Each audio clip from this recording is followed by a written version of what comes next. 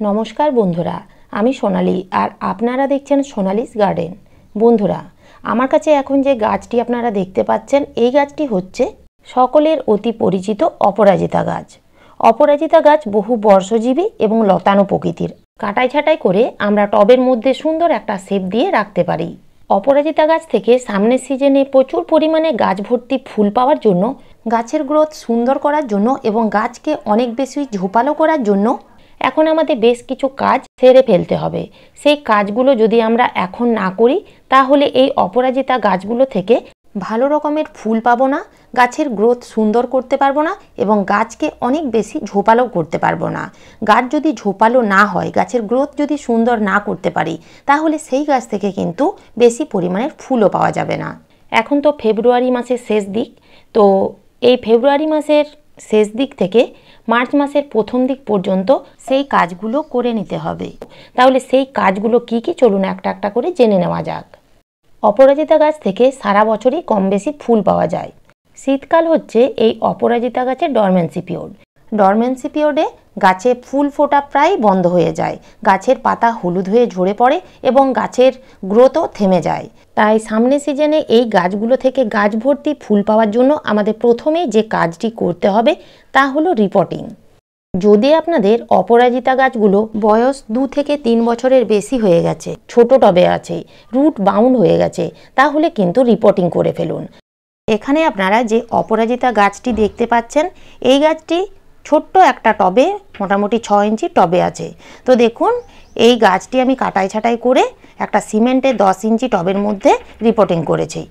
Reporting করার জন্য আমি যে মাটি ব্যবহার করেছি, তাতে বাগানে ঝুরঝুরে মাটি নিয়েছি 50% এবং 50% নিয়েছি পুরনো গোবর সার। পুরনো গোবর সারের পরিবর্তে আপনারা ভার্মি কম্পোস্ট নিতে পারেন। মাটি যদি চিটচিটে হয়, তাহলে সেই মাটির সাথে কিছুটা পরিমাণ নদীর বালি মিশিয়ে নেবেন। তার সাথে নিয়েছি 2 চামচ সর্ষের গুঁড়ো খোল, 1.5 চামচ নিম খোল। সর্ষের গুঁড়ো খোলের পরিবর্তে আপনারা কিন্তু ডিএপি নিতে পারেন। 10 ইঞ্চি টব হলে 8 থেকে 10টি দানা নেবেন, তার থেকে বেশি নেবেন না। আর যে অপরাজিতা গাছের বয়স 1 বছরের নিচে, রুট বাউন্ড হয়নি, ছোট গাছ, সেই সকল গাছের রিপোর্টিং করার কোনো প্রয়োজন নেই। আমার এই অপরাজিতা গাছটি 8 ইঞ্চির টবে আছে, কোনো রকম রুট বাউন্ড হয়নি। তো দেখুন, হালকা ছাঁটাই করে দিয়েছি এবং রিপোর্টিং না করে আমি শুধুমাত্র অপরাজিতা গাছের মাটিতে খাবার প্রয়োগ করব। তো কি খাবার প্রয়োগ করতে হবে দেখে নিন। এখানে আমি দেখুন 1 মুঠো নিয়েছি গোবর সার, 1 মুঠো নিয়েছি কিচেন ওয়েস্ট কম্পোস্ট, 1/2 চামচ সিঙ্গেল সুপার ফসফেট, 1 চামচ সর্ষের গুঁড়ো খোল, 1 চামচ শিংকুচি, কয়েকটা ডিএপির দানা এবং 1/2 চামচের মতো পটাশ। আপনাদের কাছে যদি কিচেন ওয়েস্ট কম্পোস্ট না থাকে, তাহলে শুধু গোবর সার দিলেই হবে। গোবর সারের পরিবর্তে আপনারা কিন্তু ভার্মি কম্পোস্ট দিতে পারেন। প্রত্যেকটা খাবার খুব ভালো করে মিশিয়ে টবের কিনারা বেয়ে মাটিতে দিয়ে দিতে হবে এবং খাবার প্রয়োগ করা হয়ে গেলে অবশ্যই জল দিতে হবে।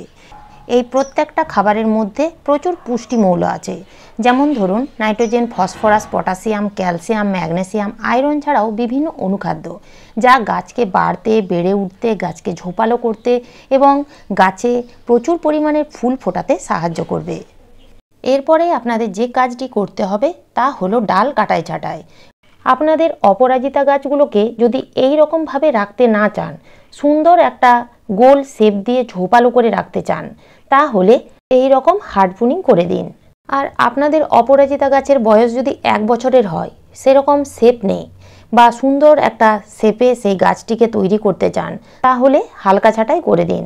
তাতে গাছের গ্রোথ সুন্দর হবে এবং গাছ কিন্তু অনেক বেশি বুশি হবে।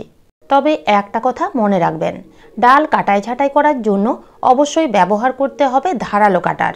ধারালো কাটারের উপর স্যানিটাইজ করতে ভুলবেন না। যে কোনো স্যানিটাইজ, ডেটল, স্যাভলন দিয়ে আপনারা কাটারটি কিন্তু জীবাণুমুক্ত করে নেবেন।